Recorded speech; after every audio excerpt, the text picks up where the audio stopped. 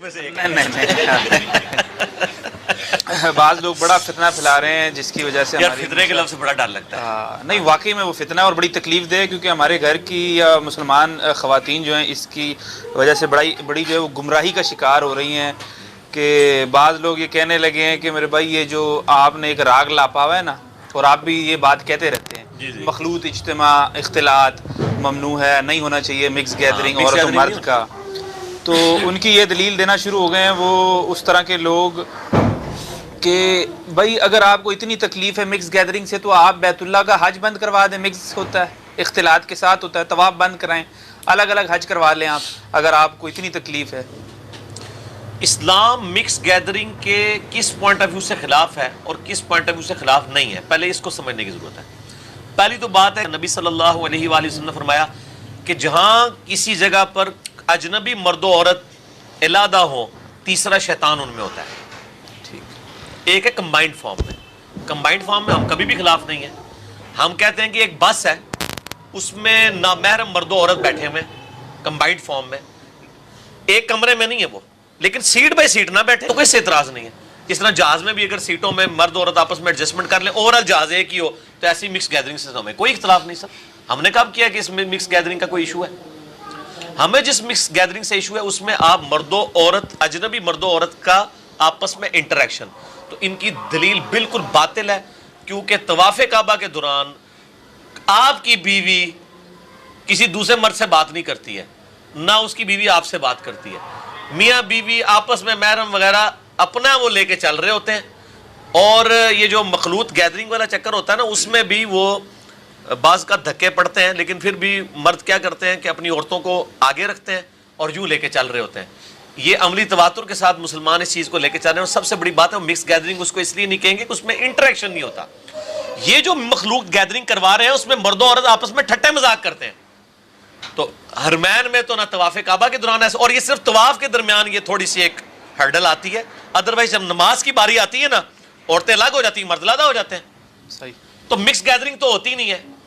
ان کو کیا آپ بھی اس طرح کی مکس گیدرنگ کر دیں، ہم آپ کے ساتھ. کالجز میں لڑکے لڑکیاں اکٹھے پڑھتے ہیں، جب پیٹرول اور آگ اکٹھا ہوگا تو پھر آگ نہ لگے، یہ کیسے ہوگا؟ کو ایجوکیشن، مخلوط تعلیم، اس نے بے حیائی کو پروموٹ کیا ہے، اس میں کوئی شک نہیں. جس کا چانس نہ ہونے کے برابر ہے تو کام کرتی ہے نا. ان کا کپڑے اگر یعنی کہ مسئلہ یہ ہے کہ اگر کپڑے مکمل ہیں اور یہ بھی نگاہوں کی حفاظت کر سکتا ہے، اس صورت میں بات چیت میں حرج نہیں ہوگی ضرورتاً. جیسے کہ وہ عورت دکانوں پر جاتی ہے، خریداری کرتی ہے، اور تاجر جو ہے وہ اگر نگاہ نیچی کر کے اور اس سے مطلب بلا یعنی بے تکلفی نہیں کرتا، عورت بھی لوچدار اور نرم آواز میں گفتگو نہیں کرتی، یہ صورت ہے تو وہ کاروبار میں بھی کوئی حرج نہیں ہے. تو اسی طرح یہاں بھی اگر عورت لوچدار گفتگو نہیں کر رہی تو عورت کرے گی لوچدار گفتگو تو یہ گناہ گار ہوگی. ٹھیک ہے نا. تو اگر کوئی فتنے کا خوف نہیں ہے اور تنہائی بھی نہیں ہے، وہ جب کام کرتے ہیں اور اگر بات کر لی گئی انہی قیودات کے ساتھ کہ لباس بھی پورا ہے اس کا، تو اب شرعن ممانت اتنی حد تک نہیں رہے گی، اجازت ہو جائے گی. گیدرنگ ہوتی ہے تو اس لیے اس طرح سے ہلڑ بازی ہوتی ہے.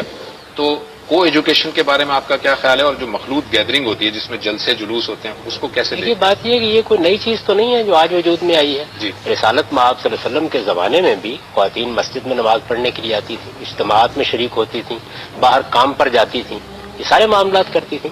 تو اس وجہ سے کسی چیز کا مخلوط ہونا اصل چیز نہیں ہے. معاشرے کی تربیت ہوگی اور ان کو بتایا جائے گا کہ آپ کو خواتین کے ساتھ کیسا معاملہ کرنا ہے، ان کی عزت، ان کا احترام، ان کا وقار کیسے ملحوظ رکھنا ہے. آپ یہ دیکھیے رسول اللہ صلی اللہ علیہ وسلم کے زمانے میں عورتیں مسجد میں نماز پڑھنے کے لیے آتی تھی. ٹھیک ہے. جس طرح آج آپ نے راستے بنا رکھے ہوئے ہیں، آپ نے لائٹیں لگا رکھی ہوتی ہیں، آپ نے پولیس کے سپاہی بھی کھڑے کیے ہوتے ہیں، یہ صورت تو نہیں تھی.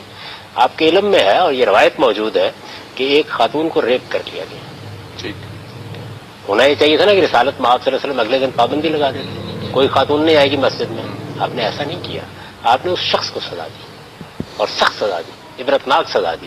اسی طرح ایک چرواہی کا بڑا مشہور واقعہ ہے، اس میں اسی طرح کی کوئی صورتحال ہو گئی. اس میں بھی رسالت میں آپ صلی اللہ علیہ وسلم نے اگلے دن یہ پابندی نہیں لگا دی کہ خاتون اب اپنے جانوروں کو چرانے کے لیے باہر نہیں جائے گی. تمدن کو روکا نہیں جاتا کبھی. یعنی دین محمد الرسول اللہ صلی اللہ علیہ وسلم کی ذات والا صفات کا نام ہے. کوئی دوسرا انسان بھی دین کے معاملے میں کوئی فیصلہ نہیں کر سکتا.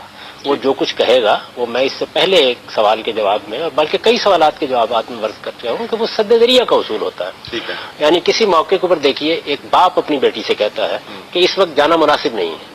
ٹھیک ہے. یہ کوئی دین کا حکم نہیں ہوتا. صحیح. اسی طریقے سے احتیاط مسلمانوں کا حکمران بھی کسی موقع پر یہ بات کہتا ہے. لیکن یہ سد ذریعہ کے اصول پر